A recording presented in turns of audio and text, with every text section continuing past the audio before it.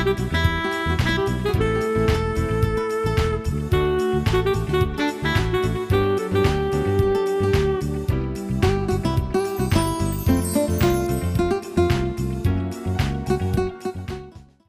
দর্শক, সাদর আমন্ত্রণ বাংলা ভিশনের পর্দায়। স্বাগত জানাচ্ছি ভালোবাসা প্রাণে প্রাণের আজকের আয়োজনে।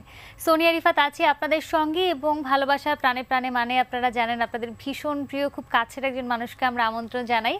আজও তার ব্যতিক্রম নয়। আজ আমার সঙ্গে যিনি আছেন তার কণ্ঠে আমরা চাটগাঁয়ের গান শুনতে যেমন ভালোবাসি, তেমনি ফোক গান শুনতেও ভীষণ রকম ভালোবাসি। দর্শক, আজ আমার সঙ্গে আছেন বাংলাদেশের জনপ্রিয় কণ্ঠশিল্পী সন্দীপন স্যান্ডি। দাদা স্বাগত, কেমন আছেন? এই তো ভীষণ আনন্দ হয় যে বাংলা ভিশনের সাথে যখনই মানে আমার গানের ক্যারিয়ার শুরু হয়েছে তখন থেকে কিন্তু অনেক প্রোগ্রাম করার সুযোগ হয়েছে। যেমন রাত বিরেতে একটা প্রোগ্রাম হতো, তখন শাহেদ ভাই থাকতেন, সেই প্রোগ্রামগুলো করেছি। সমস্ত মজার মজার প্রোগ্রাম বাংলা ভিশনে করেছি, লাইভ করেছি। আমি মনে করি যে আমার চলার পথে এই চ্যানেলটি কিন্তু একটা বিশাল ভূমিকা ছিল। আমার অনেক বন্ধু কিন্তু এখানে ছিল, হয়তো এখন নেই চাকরির সূত্রে। তো এই আর কি এরকমটাই তো হয় আসলে একটি চ্যানেলের সঙ্গে একজন শিল্পীর সম্পর্ক, এবং আমরাও ভীষণ আনন্দিত হই দাদা আপনাকে পেলে। খুবই ভালো লাগছে। আমরা কিন্তু আজকে অনেক গান শুনবো, গল্প করব। শুরুতেই জানতে চাই এখন সময়টা কেমন যাচ্ছে এবং কাজের ব্যস্ততা, গান কি করা হচ্ছে? কাজ করছি আসলে। এখন তো আসলে মাঝখানে আমাদের একটা চেঞ্জ এসছে, দেশের সামগ্রিক একটা অবস্থা, যার কারণে গিয়ে যে আসলে মানুষের মনে তো আনন্দ থাকলেই তো গানটা হয়, বিনোদনটা হয়। এখন কোথায় যেন সবাই আমরা একটা চেঞ্জের মধ্যে দিয়ে যাচ্ছি, তো সেই কারণে কোথায় একটু যেন স্ট্যাক হয়ে আছে। কিন্তু আমার কয়েকদিন ধরে কিন্তু কিছু কাজ করছি, যেমন বাংলাদেশ টেলিভিশন, বিভিন্ন চ্যানেল, বিভিন্ন গানের প্রোগ্রামগুলো, উৎসবের প্রোগ্রাম করছি। যেমন ধরেন সামনে দুর্গোৎসব আসছে, সেই উপলক্ষেও কিন্তু আমি কিছুদিন গতকালকে একটা রেকর্ডিং করলাম, ভিজুয়াল প্লাস অডিও, নতুন গান। তো এরকম চলছে। আর এমনিতেও আমরা নতুন নতুন কিছু গান নিয়ে কাজ করছি। যেমন আমি চট্টগ্রামের কিছু নতুন লেখা সুর নিয়ে কাজ করছি, গান। আর এমনিতেও কিছু পঞ্চকবির গান নিয়ে আমি কাজ করছি। পঞ্চকবি বলতে রজনীকান্ত এবং নজরুল দুটো গান আমি এর মধ্যে কম্পোজিশন করতে দিচ্ছি। পার্থ মজুমদার খুব বড় কম্পোজার, উনি করছেন। আর পার্থ মজুমদারের আরেকটি কম্পোজিশনে কাজ করেছি, লালন সাঁইজির একটা গান করেছি, বাড়ির কাছে আশ্বিনগর, যে গানটি। এই গানগুলো জি সিরিজ থেকে আসছে, একটা লোকজ ফরম্যাটের বিভিন্ন মানে ভালো একটা ভিজুয়াল দিয়ে গানগুলো আসবে আর কি। অনেক বড় বড় আর্টিস্টরা করেছেন, কিন্তু টোটাল জিনিসটা ফিচারিং করছেন পার্থ মজুমদার। এই কাজ চলছে, তো অনেক কাজ হয়ে গেছে, সেগুলো হয়তো সামনে আমরা পেয়ে যাব। এবং দুর্গোৎসবের কথা বলছিলেন, সেখানেও গান আসছে, সুতরাং অডিয়েন্স তো অপেক্ষা করেই আছে, এবং সবসময় আপনার যারা শ্রোতা আছে তারা অপেক্ষা করে থাকে নতুন গানের জন্য। দাদা গল্প করতে চাই অনেক আজকে, কিন্তু গান তো শুনতেই হবে। একটা গান শুনে ফেলি শুরুতে, তারপরে আচ্ছা। আমি যেহেতু চট্টগ্রামের ছেলে, কিন্তু বিভিন্ন ধরনের গান করি, সেটা তো সবাই জানে। তো আমি একটা চট্টগ্রামের বিখ্যাত একজন মানুষ, উনি হচ্ছেন মোহাম্মদ নাসির। মোহাম্মদ নাসির 1932 সালে এই গানটি HMV থেকে রেকর্ড করেছিলেন চট্টগ্রামের। অনেক পুরনো গান, 1932। এবং সবচেয়ে মজার বিষয় কি, এটাতে আপনার নিশ্চয় যে তুমি আজ কত দূরে একটা গান শুনেছেন, তুমি আজ কত দূরে, যে কম্পোজিশন যিনি করেছিলেন হচ্ছে জগন্ময় মিত্র, তারই তত্ত্বাবধানে গানটি হয়েছিল HMV-তে, হিজ মাস্টার্স ভয়েস। মানে আমাদের উপমহাদেশের বিখ্যাত একটা ইয়ে। এই গানটি একটু করার চেষ্টা করছি, কেমন? আমি কটা লাইন করছি, কেমন? সানমুখে মধুর হাসি অবাই, সানমুখে মধুর হাসি, দেওয়াল্লা বানাইল রে মোরে সাম্পানের মাঝে, কুতুব দিয়ার দক্ষিণে ধারে সাম্পানলার ঘর,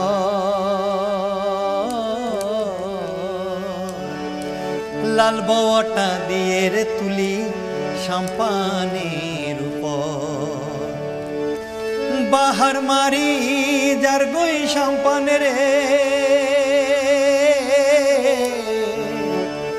বাহার মারি যার গই সাম্পানের, নমানে রুজান ভাটি, হাইরে নমানে রুজান ভাটি, দেওয়াল্লা বানাইল রে মুরে সাম্পানের মাঝে, দেওয়াল্লা বানাইল রে মুরে সাম্পানের মাঝে।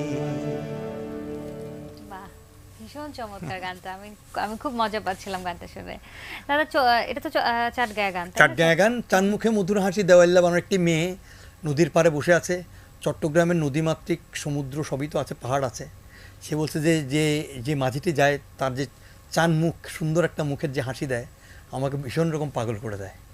হ্যাঁ, তারপর কুতুবদিয়ার কুতুবদিয়ার যে দক্ষিণ দিকে আমার সেই মাঝিটির বাড়ি, চট্টগ্রাম স্টেশন মহেশখালী কুতুবদিয়া চট্টগ্রামের অঞ্চলের।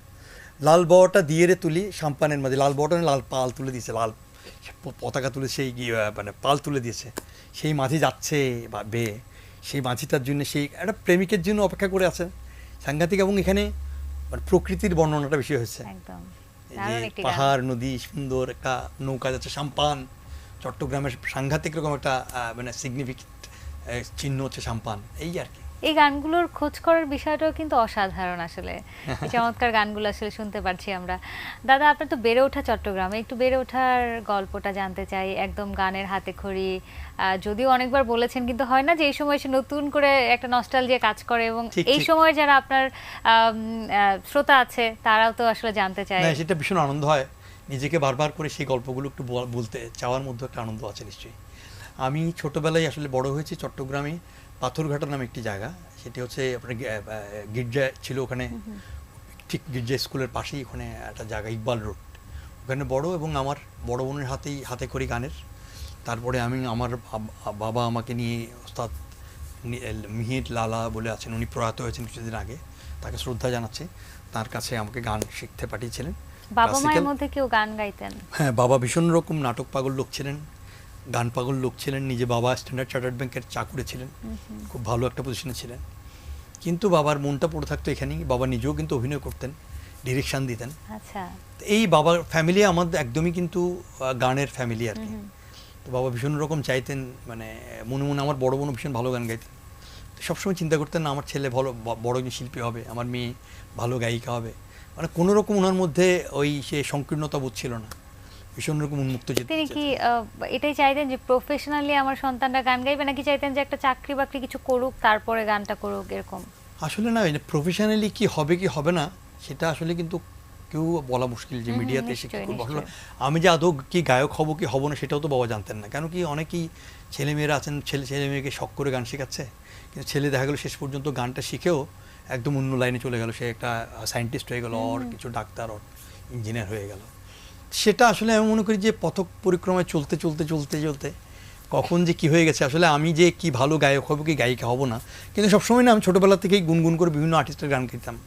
এখানকার মাহমুদুর নবী, তারপরে খুরশিদ আলম, এসব তো করতাম। তারপরে এই কিশোর কুমার, শ্যামল মিত্র, এইসব গানগুলো সবসময় করতাম, পাগলামি ছিল। তো আসলে কি হব, অথবা বাবাও জানতেন না যে কি করব, কিন্তু বাবা সবসময় পড়ালেখার পাশাপাশিও কিন্তু ভীষণ রকম করে গানটার প্রায়োরিটি বেশি দিতেন, করতাম, মানে আমাকে কোনো জোর করতেন না। এটা কিন্তু নিঃসন্দেহে একটা ব্লেসিং, পরিবার থেকে গানের এই সাপোর্টটা পাওয়া। স্কুলে যখন যেতেন, স্কুলে যেহেতু গান গাইতে পারতেন, নিশ্চয়ই একটা অন্যরকম ব্যাপার ছিল, বন্ধুরাও অন্যরকম ভালোবাসতো, শিক্ষকরা। স্কুলের আবহাওয়াটা কেমন ছিল? স্কুলের আবহাওয়া বলতে কি, যে আমি আসলে মিউনিসিপ্যাল স্কুল, একটা চিটং স্কুল আছে, আমার মনে আছে যে আমি এই মিউনিসিপ্যাল স্কুলে সেই শতবর্ষ হয়েছিল, তখন হয়তো আমি ক্লাস 6-এ পড়ি। তখন আমি ওখানে একটা গান গেয়েছিলাম, খাঁচার ভিতর অচিন পাখি কেমনে আসা যায়। তখন হারমোনিয়ামটা তেমন বাজাতে পারতাম না, তো ওখানে আমাদের শিক্ষকই বাজিয়েছিলেন, ভীষণ রকম সবাই ভালোবেসেছিলেন। তো আর নাটকও ওখানে একটা করেছিলাম তখন, শতবর্ষতে নাজেহাল নামের একটি নাটক, সেখানেও একটু ছোটো পাঠ করেছিলাম। তো এই আর কি, মানে গানটা করতাম, নাটকের প্রতিও একটা ভালোবাসা ছিল সবসময়। আর আমি কিন্তু হয়তো জানেন যে আমি নাগরিক নাট্য সম্প্রদায়, ঢাকার অনেক বড় একটা গ্রুপ, সেখানে কিন্তু আমি ঢাকাতে এসে সুযোগ পেয়েছিলাম কাজ করার, সেখানে ব্যাকগ্রাউন্ড মিউজিক এইসবগুলো করেছি। এবং সেটা বলছিলাম যে এমনি তো ওখানে চিটংয়ে থাকার সময় আমি বিভিন্ন গ্রুপ থিয়েটারের সাথে পথনাটক করতাম, এগুলোর সাথে যুক্ত ছিলাম, এই আর কি, পাগলামি ছিল আর কি। একদম বাবার দেখানো পথ, বাবা ভালোবাসতেন নাটক করতে, আপনারা ভালোবাসা জন্মে গেছে।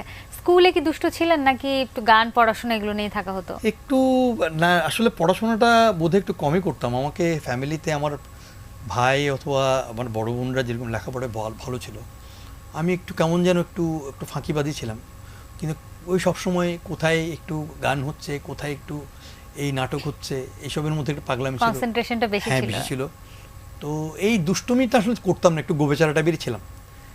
মানে ছেলেরা অনেক বুদ্ধ, অনেক দেখতাম অনেক চালাক চতুর ছেলেরা আমাদের সঙ্গে একটু পোল্টি নিচ্ছে, দুষ্টুমি করছে, প্রতিবাদ করতাম না, বোকাশোকা ছিলাম, ভয় দেখাতো, এই মারবো বললেই তো চুপসে যেত এরকম। তো এটা ছিল, অত ডানপিট আসলে ছিলাম না।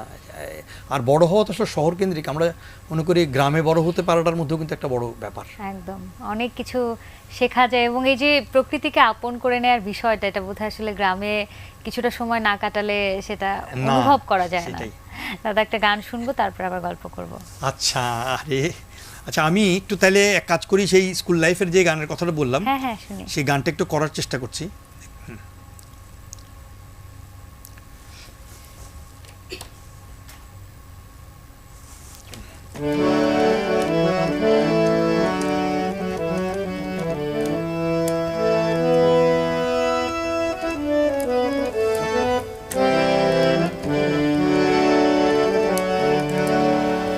খাঁচার ভেতর অচিন পাখি কেমনে আসে যায়, তারে ধরতে পারলে মনোবেরি, ধরতে পারলে মনোবেরি, দিতাম পাখির পায় কেমনে আসে যায়। খাঁচার ভিতর অচিন পাখি কেমনে আসে যায়। বাহ, চমৎকার। প্রথম অ্যালবাম যখন করেছিলেন, সেই অ্যালবামের আগের গল্পটা জানতে চাই, কারণ একজন শিল্পীর জন্য প্রথম অ্যালবাম, আর সেই সময় অ্যালবাম তো আসলে অনেক বড় বিষয় ছিল, অনেক সময় নিয়ে 10টি গান বেছে বেছে বের করে নিয়ে আসা। কেমন ছিল সেই জার্নিটা? প্রথম জার্নি বলতে কি, যে মানে ঢাকাতে যখন আসলাম তখন এটা 2096-97 সালের কথা। তো তখন কিন্তু একটা ক্যাসেটের সাংঘাতিক বিষয় ছিল, যে ফিতা ফিতা বলতো সবাই।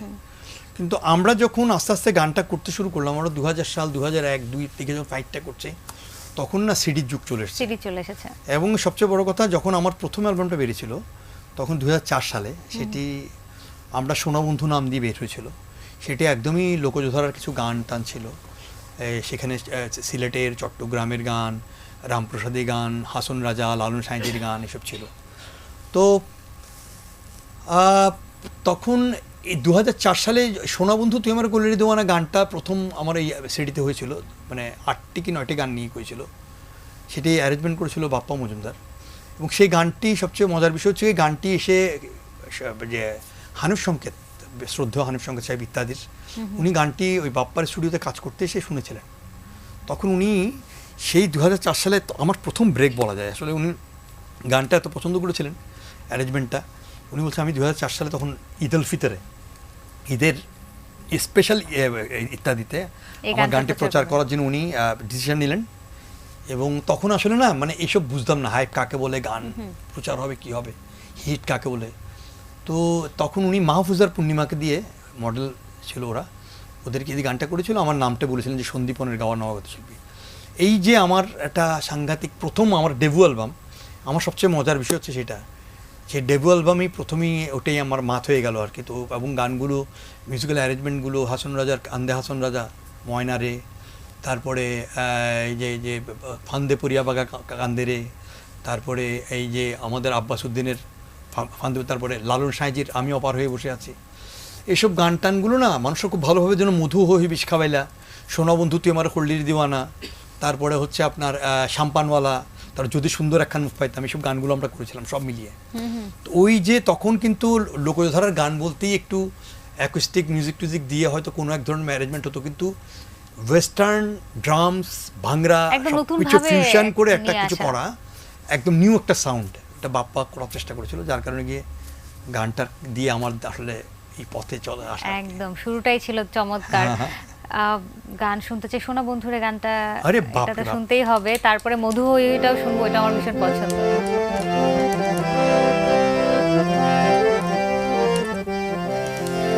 সোনা বন্ধু তুই আমারে করলি রে দিওয়ানা, মনে তো মানে না, দিলে তো বুঝে না।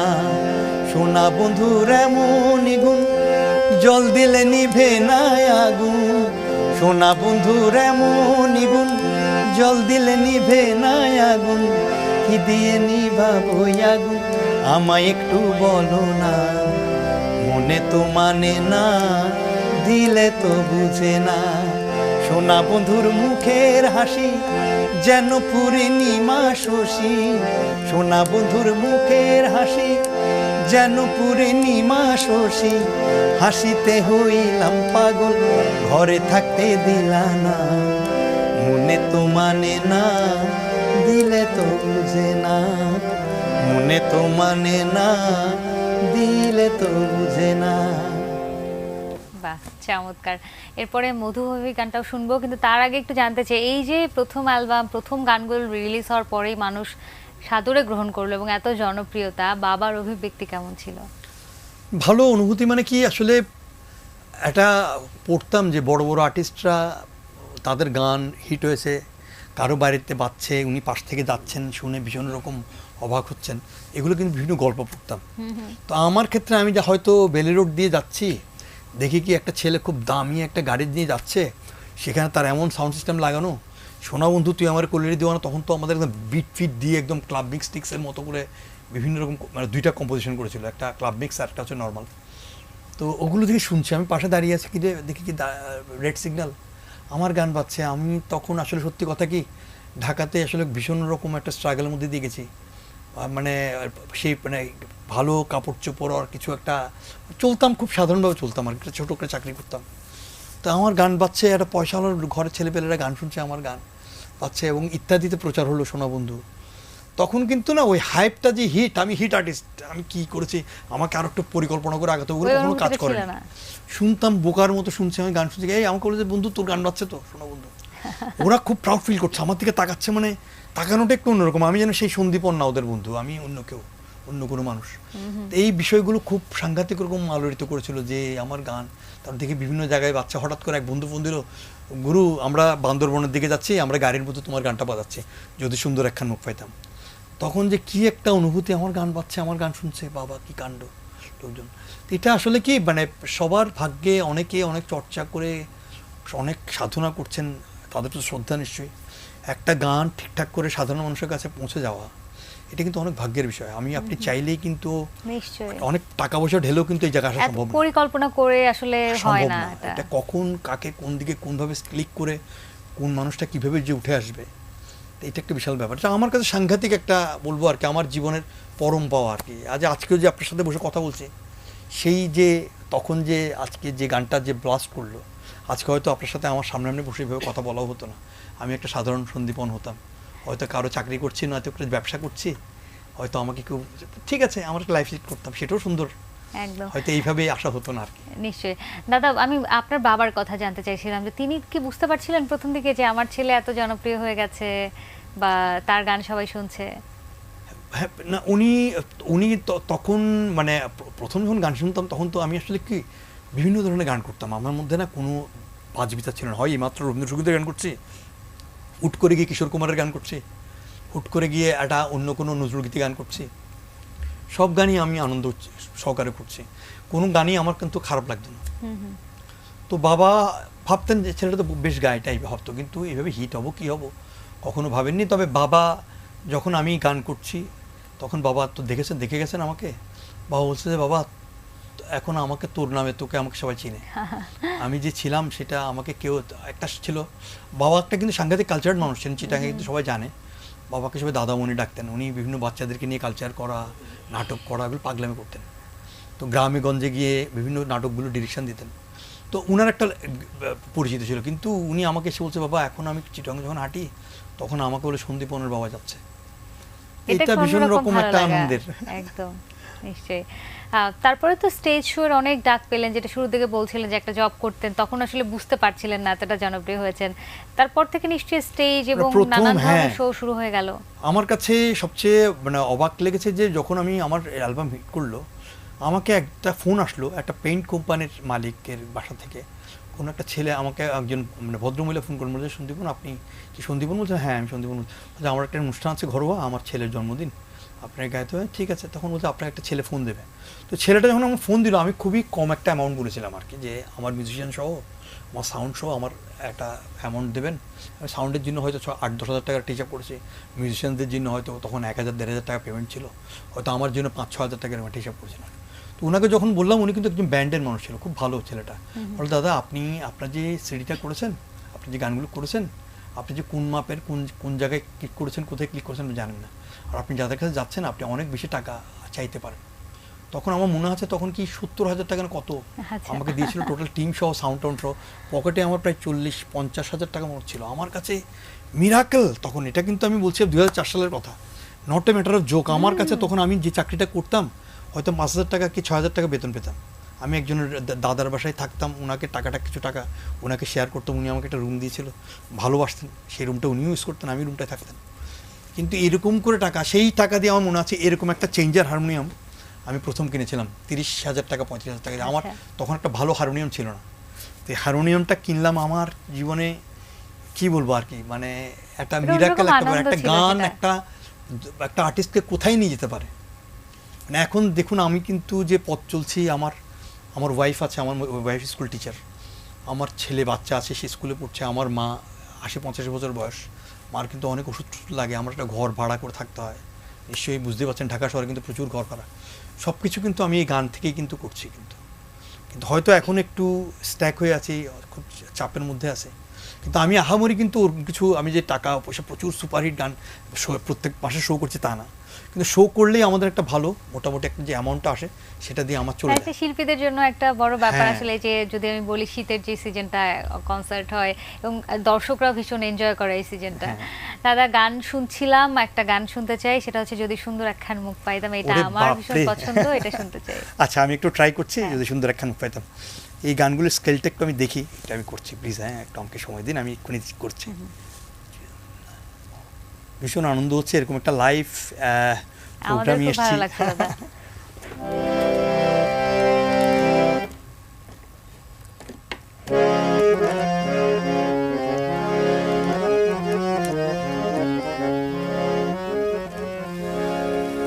যদি সুন্দর একখান মুখে পাইতাম, যদি নতুন একখান মুখে পাইতাম, মহিষখালীর ফানুর কিলি তারে বানাই খাবাইতাম।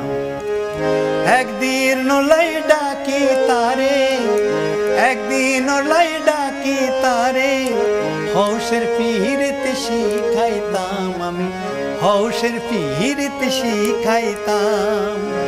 মহিষখালীর ফানুর কিলি তারে বানাই খাবাইতাম। নয়া মুখর নয়া হতা শুনিতে সুন্দর, মাঝে মাঝে ফানেসি বাইত হাসির ভিতর। প্রেমর মালা দোনো হাতে, প্রেমর মালা দোনো হাতে, তারে গহলাতে পরাইতাম আমার, তারে গহলাতে পরাইতাম। মহিষখালীর ফানুর কিলি তারে বানাই খাবাইতাম। যদি সুন্দর একখান মুখে পাইতাম, যদি নতুন একখান মুখে পাইতাম, মহিষখালীর ফানুর কিলি তারে বানাই খাবাইতাম। সেই মহেশখিলির পানটা কি খাওয়ানো হয়েছিল তাকে?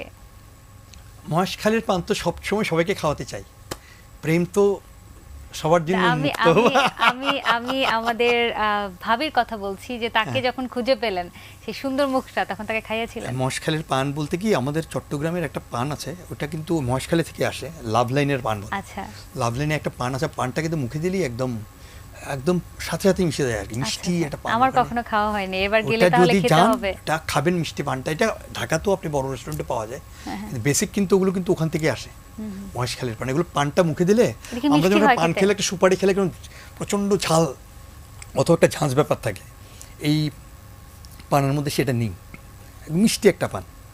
তো সেটা কিন্তু মেইন প্রোডাকশন হচ্ছে মহেশখালী, একটা দ্বীপ মহেশখালী, কুতুবদিয়া মহেশখালী বলে, তো আমরা সেটাগুলো মহিষখালী, চাটগাঁয়ের কথা বলে মহিষখালী। মহিষখালী আছে। তো এই আর কি। তো গানটা ভীষণ এবার এই আর কি। তো এটা আর কি যে যদি সুন্দর কেন, যদি সুন্দর একটা মুখ পেতাম, যদি সুন্দর একটা মুখ, নতুন মুখ পেতাম, তাকে আমি আমার পানটা খাওয়াতাম। এটা কিন্তু একটা মেয়ের কথা, একটা ছেলেকে উদ্দেশ্য করে বলছে। আচ্ছা আচ্ছা, আমার পানটা তাকে খাওয়াতাম, ভালোবাসার পান। একদম। আপনি যদি একটু উল্টো করে বলি, গান যেহেতু একটা ছেলেকে উদ্দেশ্য করে লেখা বা গাওয়া, কিন্তু আপনি যখন আপনার সেই সুন্দর মুখটাকে খুঁজে পেলেন, মানে সেই গল্পটা একটু জানতে চাই, ভাবির সাথে পরিচয় কি করে, তারপরে সুন্দর মুখ বলতে মানে ওর আমার সাথে আমার ওয়াইফের মানে যোগাযোগটা আসলে সম্বন্ধ করে হয়েছে, ফ্যামিলিগত। দেখলাম মানে একটা মন্দিরে গিয়ে যাওয়া হলো, সে বসেছিল, তাকে দেখলাম, তাদের পক্ষ থেকে কথা হলো, এক দেখাতেই বিয়ে হয়ে গেল। এক দেখাতে প্রথমে একটাই মেয়ে দেখেছি আসলে। কিন্তু বলে না যে মেয়ে দেখা টাকা, সবচেয়ে বড় কথা কি আমাদের লাইফটা কিন্তু একটু পাগলামি ছিল আর কি। যখন গান টান করতাম ভাবতাম যে আমরা তো এই পাগলামিগুলো কেউ মানে কেউ কি বদার করবে, কোন মেয়ে আমাকে বিয়ে করলে সে আমাকে সে বুঝবে কি না আমাকে সেই জায়গাগুলো। তো এই করে করে না আমার বিয়েটা করতে অনেক দেরি হয়ে গেছে। তো বিভিন্ন জায়গায় হয়তো প্রস্তাব গেছে, ছেলে কি করে, ছেলে গান করে, ও বাবা ছেলে গান করে মেয়ে দেবো না, এরকম একটা ব্যাপার। এটা কিন্তু খুবই স্বাভাবিক ব্যাপার। কিন্তু গান করা বলতে না অনেকে ভাবে যে খালি একটা শিল্পকলা একাডেমিতে বসলাম, একটা হারমোনিয়াম বাজিয়ে একটা ছাত্রীকে গান শিখালাম, আমি একটা শিক্ষক গান। কিন্তু আমাদের তো লাইফটা অন্যরকম। আমরা হাজার হাজার মানুষের সামনে কনসার্ট করছি বিভিন্ন রকম লেটেস্ট ইকুইপমেন্ট দিয়ে। কিন্তু যখন দাদা এই যে জনপ্রিয়তা পেল গানগুলো, তখন নিশ্চয়ই অনেক তরুণী আপনাকে চিঠি লিখেছে বা প্রেম নিবেদন তো নিশ্চয়ই করেছে। না মেয়েরা তো নিশ্চয়ই, এটা তো আমি তো ন্যাচারাল মনে করি, এটা আমার ভাগ্য। কত মেয়ে পাগলামি এমনও হয়েছে যে একটা মেয়ে আমার সঙ্গে সারাক্ষণ খালি টেলিফোন ডিস্টার্ব করতো, সারাক্ষণ ডিস্টার্ব করতো। সে মেয়ে মানে তাকে ঠিকঠাক করে কেন আমি কথা বলি না তার সাথে, মানে আমি আমার মতো আছি, এরকম অনেক আছে না ভাই। ঠিক আছে ভাই, তোমার লাইফ নিয়ে থাকো।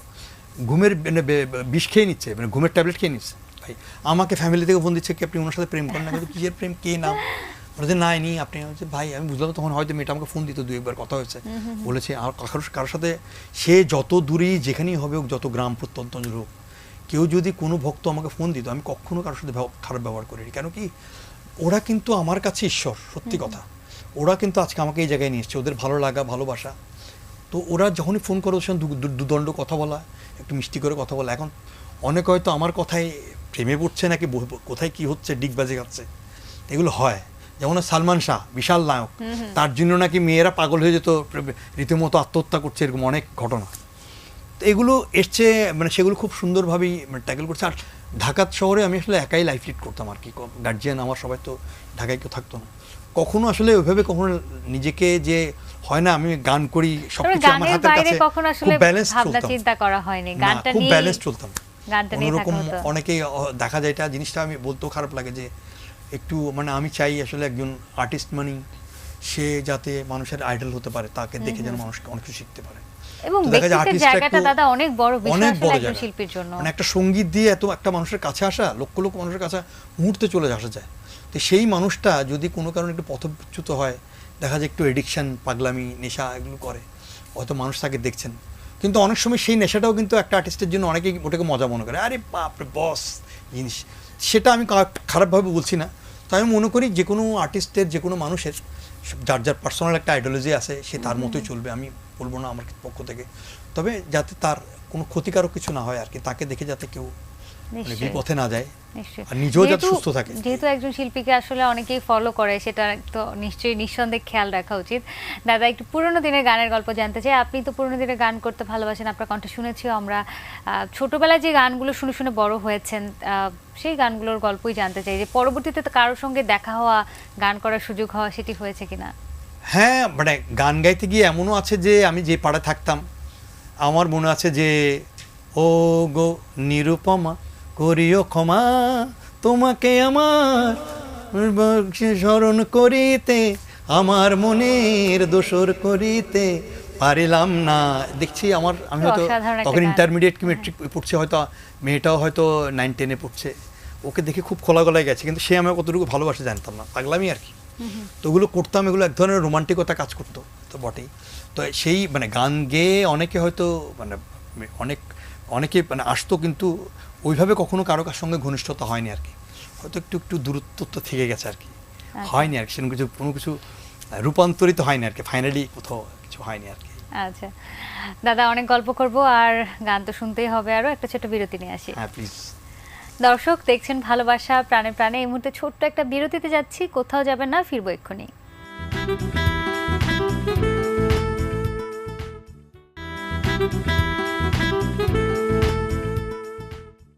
প্রিয় দর্শক, আরও একবার স্বাগত। দেখছেন ভালোবাসা প্রাণে প্রাণে। সোনিয়া রিফাত আছি আপনাদের সঙ্গে, এবং গান আড্ডায় আজকে যিনি আমাদেরকে মাতিয়ে রেখেছেন, আমাদের ভীষণ প্রিয় বাংলাদেশের স্বনামধন্য একজন কণ্ঠশিল্পী সন্দীপন স্যান্ডি। দাদা, আর একবার স্বাগত। আমরা গল্প করছিলাম, গানও শুনছিলাম। এবারে একটু পুরোনো দিনের গানের কথা তো হচ্ছিল, এবার একটু বর্তমান সময়ের গান নিয়ে জানতে চাই। গান কি শোনা হয় এই সময়ে?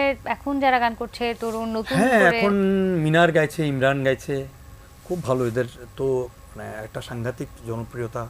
তখন তো আমরা যখন বেশি শুনতাম তখন, মানে এখনও নতুন, এ হাবিব, তারপরে বাপ্পা মজুমদার, অর্ণব, এরা তো আমাদের সমসাময়িক। এটা খুব ভালো। বাংলাদেশে যেমন তাহসান, এত সমস্ত ভালো ভালো গায়ক। আসলে মানে আমাদের ইন্ডাস্ট্রিটা না, আসলে ওই বম্বের মতো ইন্ডাস্ট্রি তো অত বড় না। কোথায় যেন আমরা বারবারই, কোথায় হয়তো রাজনৈতিক কারণে, বিভিন্ন কারণে কিন্তু বারবার হোঁচট খাই। বিভিন্ন সময় দেখা যায় যে এই যে আমাদের যে পথ চলাটা এগিয়ে যাওয়া, একটা ফিল্ম বানানো, একটা ইন্ডাস্ট্রি কিন্তু বিলং করতে হলে একটা স্ট্যাবিলিটি দরকার। সবসময় হয়তো দেশে অনেক গণ্ডগোল থাকতে পারে, কিন্তু এই জায়গাগুলোকে স্ট্যাবল থাকা, যেমন যারা নাটক করছেন নাটকের শুটিংগুলো ঠিকঠাক করে চালিয়ে যাওয়া, বিভিন্ন নতুন নতুন ফিল্ম হওয়া, বানানো, তারপরে এই যে গায়কগুলো উঠে আসছে সেই গায়কগুলোর জন্য গান বানানো।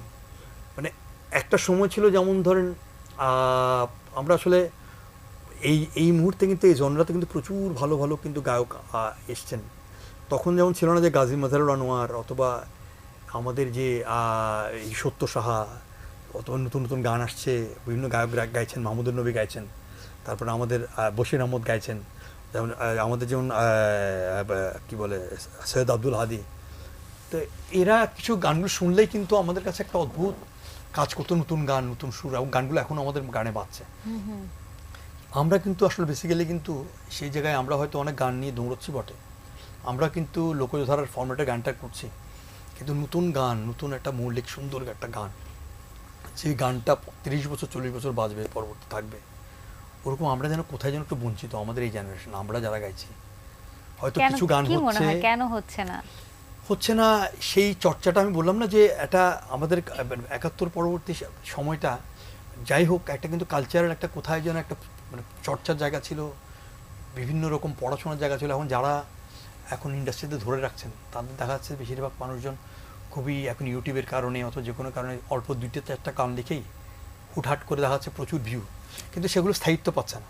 হ্যাঁ, তো এইটা না, চর্চার জায়গাটা না কোথায় কম হয়ে যাচ্ছে। বিশেষ করে মোবাইলটা সাংঘাতিক রকম, একটা মানুষ কিন্তু তখন একটা সাংঘাতিক বই পড়তো, মানে আমরাও কিন্তু একসময় বই পড়তাম, এখন কিন্তু সাংঘাতিক রকম মোবাইলের মধ্যে টুক করে একটা নিউজ পেয়ে যাচ্ছে, টুক করে দেখে ফেলছে, এত কিছু আসলে আছে যে এত শর্টকাট হয়ে গেছে বিষয়গুলো।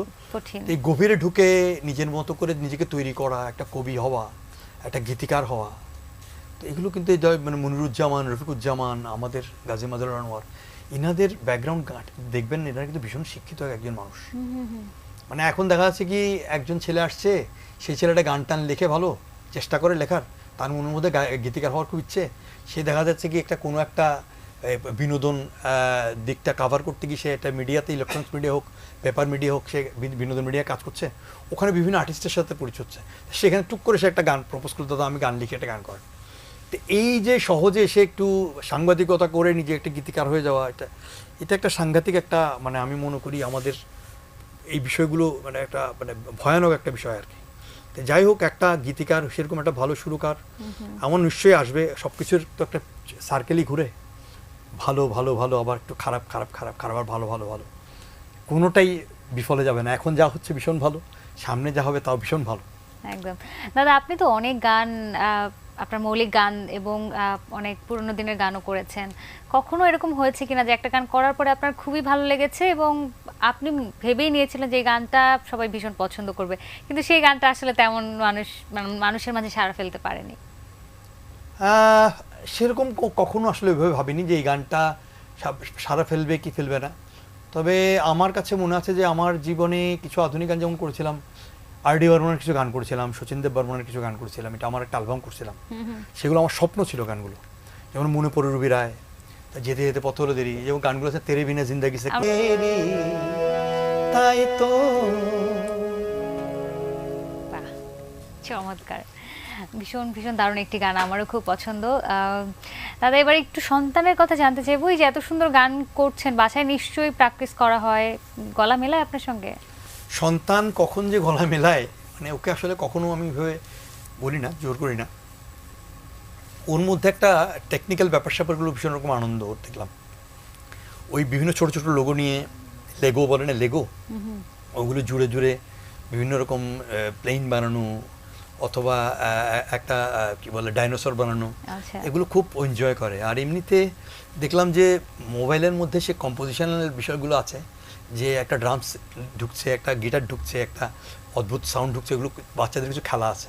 তো ওরকম ওগুলো বিভিন্ন সাউন্ডগুলো বিভিন্ন রকম করে ডিজাইন করে করে একটা তালের মধ্যে সে বসিয়ে আমাকে শোনায়, বাবা দেখো তো এটা কেমন হয়েছে। বাহ, আর গান গায় ও। আমার মনে আছে যে আমাদের যে সাদা সাদা কালা কালা গানটা হিট হলো না, ওই স্কুলে গিয়ে গানটা গেয়ে এসছে, সাদা সাদা কালা কালা বলে ছেলেবেলা দেখে ওর সঙ্গে তালি মারছে। মানে হয় না যে আসলে সে মানে জন্মগত সূত্রেই আমাদের পরিবেশ গান করছি, এগুলো তো একটা পেয়েছে। জন্মগতভাবে প্রতিভা তো থাকেই, হ্যাঁ, সেই সঙ্গে নিশ্চয়ই আপনারও একটা ব্যাপার রয়েছে, হ্যাঁ, ওর করছে। সঙ্গে বসে একসাথে চর্চা করা বা হ্যাঁ, রেওয়াজ ওটা- করা, সেটা কি হয়? ওকে মানে করতে বলতে বলি, যেমন বাবা একটু গানটা করতো, একটু ছড়া গান করতো, হয়তো যখন মন চাইলো করলো, তো করলো না। আর আসলে হয় কি যে ঘরের মধ্যে দেখা যায় কি যে মানে ঘরের কাছের মানুষটার কাছে সেই গানটা শিখতে কমফোর্ট ফিল করছে না, কিন্তু একজন গুরুজুর কাছে যখন যাচ্ছে তখন সেই গান শিখছে। আমি হয়তো ওর বাবা, ঠিক আছে, কিন্তু কাছের মানুষটাকে পেয়ে হয়তো সেই জিনিসটা বুঝতে পারছে না। হয়তো আমরাও সবার ক্ষেত্রেই ঠিক তাই, যে একদম, ঘরের মানুষটা অনেক বড় একজন গুণী মানুষ, তার কাছে একটা গিটারের আর্টিস্ট বলেন, একটা ভায়োলিন আর্টিস্ট বলেন, দেখা যাচ্ছে তার কাছে শিখছে না, গুরুর কাছে গিয়ে শিখছে, এত অন্য কিছু শিখছেন। এইটা আর কি। তো আমি সবসময় গাইড করি, ছেলে একটা ভালো মানুষ হোক, এই সবচেয়ে বড় কথা। আপনার বাবা যেভাবে চাইতো, ঠিক যেভাবে যে আমার ছেলে একজন গায়ক হবে বা গানটাকে ভালোভাবে করবে, ঠিক ততটা চান কিনা আপনি যে আপনার সন্তানও গানটা গাক? আমি ভীষণ রকম চাই। আমার মধ্যে না, আমি আসলে আমার অ্যাক্টিংটা করার খুব আমার এক ধরনের পাগলামি ছিল। আমি বললাম থিয়েটার করতাম, আমি এসবগুলো করেছি। তো অ্যাক্টিংটা আমার দ্বারা হয়নি। আসলে অ্যাক্টিং জিনিসটা অনেক কঠিন গানের থেকে আমি মনে করি। যারা অভিনয় করছেন স্ক্রিনের সামনে 3-4 পাতা 2 পাতা মুখস্থ বলে ফেলছেন, আমার দেখা যায় কি 5-6 লাইন, একটা 2টা 3টা লাইন বলার পরেই ফাম্বেল হচ্ছে অথবা যে কোনো ঝামেলা হচ্ছে। তো আমার কাছে আমার স্বপ্ন যে আমার ছেলে একটা বড়, মানে এমন হতে পারে সে গানে নাচে একটা কমপ্লিট একটা মানুষ, যে মানুষটা ফিল্মের মধ্যে অভিনয় করছে, সে একটা বিশাল একজন অ্যাক্টর। হয় না সাউথের বড় বড় অ্যাক্টিং, বম্বের বড় অভিনেতা, আমাদের বাংলাদেশের বড় নায়ক যারা হচ্ছেন। আজকে আমাদের অনুষ্ঠান কি সে দেখছে? হ্যাঁ হ্যাঁ, আজকে আমাদের অনুষ্ঠানটা কি সে দেখছে? হ্যাঁ, আমি আসলে জানি না, সে আসলে একটু অসুস্থ। আচ্ছা, ও সে জ্বর, এখন আমার মনে হচ্ছে না আসলে, সে রেস্টে আছে আর কি। এখন ভাইরাল ভীষণ ঝামেলা, একটু কাশি। দোয়া করছি খুব দ্রুত যেন হ্যাঁ, সুস্থ সেটাই, হয়ে যায়। সেটাই। দাদা, এবার নতুন কাজের কথা তো বলছিলেনই, যেগুলো সামনে রিলিজ হবে, ওগুলোর কাজ তো হয়ে গেছে অলমোস্ট যতটুকু মনে হচ্ছে। আর কি কি কাজ হচ্ছে বা সামনে করার পরিকল্পনা, যদি এক্সপেরিমেন্টাল কোনো কাজের কথা জানতে চাই? এক্সপেরিমেন্টাল কাজ বলতে কি যে রুটকে নিয়ে কাজ করার খুব ইচ্ছা আর কি। যেমন আমার কিছু মাঝখানে আমি না একটা সিসিমপুর, নিশ্চয়ই আপনারা দেখেন যে সিসিম স্ট্রিটের যে বাংলা ভাষার সিসিমপুর, ওখানে কিন্তু আমি একটা ক্যারেক্টার নিয়ে কাজ করতাম, যে গ্রোভার, ওটার ভয়েস আমি দিতাম একটা সময়। ভয়েসটা ভীষণ ডিস্টর্টেড ভয়েস। ওগুলো কিন্তু আমি যখন ইন্ডাস্ট্রিতে প্রথমে এসেছি 2000 সাল টাল নাগাদ, তখন পয়সার জন্য আমি বিভিন্ন রকম ডাবিংয়ের কাজ করতাম। তো সেই সুবাদে আমি ওই যে কাজটা করতাম, সেই সুবাদে এর মধ্যে আমাদের যারা রোহিঙ্গা শরণার্থীরা এসছে, ওখানে ওদেরকে একটু এনলাইটেড করার জন্য বিভিন্ন এনজিওরা কিন্তু এই সিসিম স্ট্রিটকে, সিসিমপুরকেই রোহিঙ্গা ভাষায় ডাব করে বিভিন্ন রকম ওদের কালচারালি ডেভেলপ করার জন্য কিছু এপিসোড করেছে। ওখানে আমি কিন্তু কাজ করেছিলাম। তো আমার ভীষণ ইচ্ছা যে রোহিঙ্গাদের যে ভাষা অদ্ভুত রকম, ওদের কিন্তু উর্দু মিশানো একটা অদ্ভুত ভাষা, ওদের জন্য কিছু গান করা। অথবা যেমন আমি বলি যে মধু হয়ে বিষ খাওয়াইলা, এটা কিন্তু আমাদের চিটাং জোনের গান না। জোন বলতে এটা কিন্তু রোহিঙ্গা বেল্টের গান। রোহিঙ্গারা কিন্তু রোহিঙ্গাদের ভাষার সাথে কিন্তু চিটাংয়ের ভাষার সাথে একটা মিল আছে। ওরা কিন্তু ওখানে অনেক কিন্তু আর্টিস্ট আছে যারা মেন্ডোলিন বাজিয়ে গান করে। যেমন মধু হয়ে বিষ খাওয়াইলা, হন হারণে ভালোবাসার দাম নদিলা, এটা আহমেদ বশির বলে একজন ভদ্রলোক আছেন। উনি কিন্তু রোহিঙ্গা ভদ্রলোক, উনি কিন্তু বড় বাংলাদেশে এই চকরিয়ার দিকে সেটেল হয়েছিলেন। তো আমার খুব ইচ্ছে যে চট্টগ্রামের কিছু ভাষা নিয়ে কাজ করা। অলরেডি আমি করেছি, এর মধ্যে অলরেডি করছি, আপনি নিশ্চয়ই জানেন যেগুলো গান নিয়ে এসছে। এর মধ্যে আমি যেমন নায়ন নিবা নিবা বলে একটা গানটা খুবই প্রচলিত একটা গান, আমি আর অরিন বলে একটি মেয়ে গান করেছিলাম, যেটা আইপিডিসির ব্যানারে এসেছিল, ভীষণ রকম শ্রোতাপ্রিয়তা পেয়েছে। এরকম আরও কিছু গান করার চেষ্টা করছি, যে এরকম কিছু যে গানগুলো গাওয়া হয়নি, নতুন গান। আমি যেমন যদি সুন্দর এক খান শ্যাম্পানওয়ালা অথবা আপনাকে যা শোনালাম এগুলো সব অনেকভাবে গাওয়া হয়েছে। এখন কিছু নতুন গান করার চেষ্টা করছি এবং চাইছি শেকড়টাকে তুলে ধরা। বাংলাদেশে যেমন উত্তরবঙ্গ একটা বেল্ট, ভাওয়াইয়া, এদিকে আপনার নেত্রকোনা, সিলেটের গান, এদিকে চট্টগ্রামের বিভিন্ন যেগুলো গান আছে, তো চট্টগ্রামের ভাষাভাষী কিছু গান, চট্টগ্রামের ভাষায় কিছু গান আছে যেগুলোর ভীষণ মজা হবে। চট্টগ্রামের দুই চট্টগ্রামের লোক যখন কথা বলে, ওদের কাছে গানগুলো কথা কিন্তু একটা গানের ভাষার মতো। মানে আপনি জানি না কোন অঞ্চলের, আপনি যে অঞ্চলের, সেই অঞ্চলের মানুষ যদি আপনার সাথে কথা বলে সেই ভাষায়, আপনি যে আনন্দটা পাবেন সেটার মতো আনন্দ আর হয় না। একদম এইরকম রুটের কিছু গান, সেটা চট্টগ্রামের গান হতে পারে, সেরকম আরো কিছু নতুন কিছু গান টান নিয়ে বরাবরই কাজ করতে চাই। নতুন ভাষা নিয়ে একটু কাজ করছেন, নতুন কোনো ভাষায় হয়তো গান আসতে পারে। হ্যাঁ, সেটাই হতে পারে। দাদা 2004 সালে সেই থেকে যদি বলি, তারপরে তো অ্যালবামের যুগ ছিল আরো প্রায় 8-9 বছর পর্যন্ত চলেছে, অ্যালবাম আকারে রিলিজ হতো 8-10টা গান। তো সেই সময় তো প্রচুর কাজ করা হয়েছে এবং এই যে জনপ্রিয়তা দিয়ে শুরু হলো প্রথম অ্যালবাম, অনেক অনুরোধ এসেছে নতুন গান করার, বা কোনো একটা ব্যানারে হতে পারে বা মিক্সড অ্যালবাম হতে পারে। কখনো বিড়ম্বনায় পড়তে হয়েছে কিনা যে গানটা গাইতে চাইছি না কিন্তু আমাকে করতে হচ্ছে? হ্যাঁ, তা তো করতে হয়েছে। এগুলো আসলে কি, আমরা আসলে কোনো রকম পলিটিক্যাল ছায়াতে থাকতে চাই না, আমরা শিল্পী সবার সাথে থাকতে চাই। পলিটিক্যাল ছায়ার বাইরেও হয় না, অনেক ক্ষেত্রে ইন্ডাস্ট্রিতেও আসলে অনেক ধরনের গান করার তো অনুরোধ আসে, সেই না, ক্ষেত্রে সেরকম না। আমাদের কাছে গান এসছে, গান শুনেছি, তবে আমাদের না কেন জানি না ওইভাবে ওই অর্থে কোনো ওরকম অড টাইপের কোনো গান গাওয়ার এখন সেই সম্মুখীন হয়নি আর কি, অসুবিধার। মানে আগে থেকেই যখন একটু হাওয়া হয় না, যে গানটা বলছে, কথা বলছে, অত মানুষটাকে দেখে বুঝতে পারছে, তখন আস্তে টেকনিক্যালি সরে পড়ি, যে মানে অতটুকুতে কখনো যাওয়া হয়নি আর কি। আচ্ছা, সিনেমার গানের কথা একটু জানতে চাই। সিনেমার গান বলতে আমি বাংলাদেশের হারানো পাতায় প্রেম বলে একটি টেলিফিল্ম হয়েছে, সালাউদ্দিন জাকির নিশ্চয়ই নাম শুনেছেন, মারা গেছেন কিছুদিন আগে। আপনাদের ঘুড্ডি ফিল্মটার কথা মনে আছে কিনা জানি না, যে ঘুড্ডি ফিল্মটা ওই চলো না ঘুরে আসি অজানাতে, সেই সুবর্ণা মুস্তাফা আর যে কি বলে আমাদের রাইসুল ইসলাম আসাদ না গাচ্ছে, সেই ভদ্রলোক, তিনি মানে সালাউদ্দিন জাকি হারানোর পাতায় প্রেম নামে একটি গান টেলিফিল্ম করেছিলেন। সেখানে আমাকে উনি হঠাৎ করে ডেকে একদিন ফোন করে বলুন, সন্দীপন না তো আমি তোমার গান জানি, আমাকে দেখেছেন, জানতেন বলে, আমি তোমাকে একটা দিয়ে রবীন্দ্রনাথের গান গাওয়াতে চাই, তোমাকে জায়গাটা থাকতে হবে, তো তুমি একটা সিকোয়েন্স অভিনয় করতে হবে। গানটা আমি নিজে গানটা গেয়েছি, সাথে আফজাল আর তারিন সেখানে এন্ট্রি আছে, গানটা রবীন্দ্রনাথের গান করেছিলাম আমাকে। তো উনি কেন জানেন আমাকে বলছে, তুমি রবীন্দ্রনাথের গানটা তুমি ভালো করতে পারো, তুমি করো আমার কাছে। আচ্ছা, তারপরে সব রকম গান আসলে করা হয়েছে। আর একটা সবচেয়ে বড় কথা কি, এগুলো বলতে চাইছি না, এর মধ্যে কিন্তু ওপার বাংলা থেকে একটা ফিল্মের গান গাইতে আমাকে বলেছে। এখন ফিল্মটা রিলিজ হলে পরে হয়তো সেটা হবে, গান টানগুলো এখন সামনে প্রত্যাশা করছি দাদা, সেটা দেখি, দেখা যাক। সেটাও লোকধারার গান।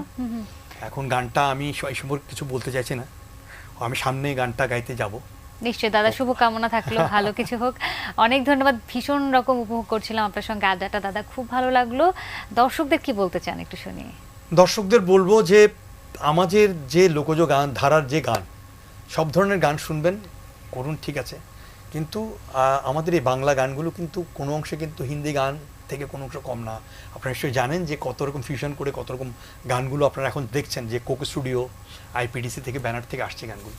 তো গানগুলো বেশি বেশি শুনবেন, এই গানগুলোকে এনকারেজ করবেন।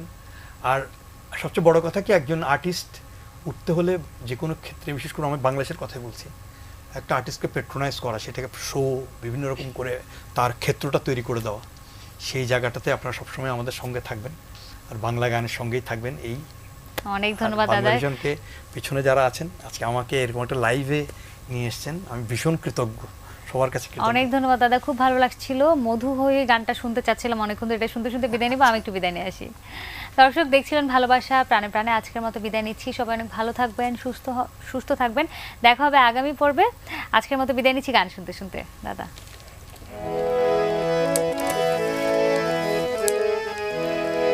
মধু হই হই বিষে খাবাইলা, আরে মধু হই হই বিষে খাবাইলা, হন হারনে ভালোবাসা দাম নদিলা, হন দূষণ পায় ভালোবাসার দাম নদিলা।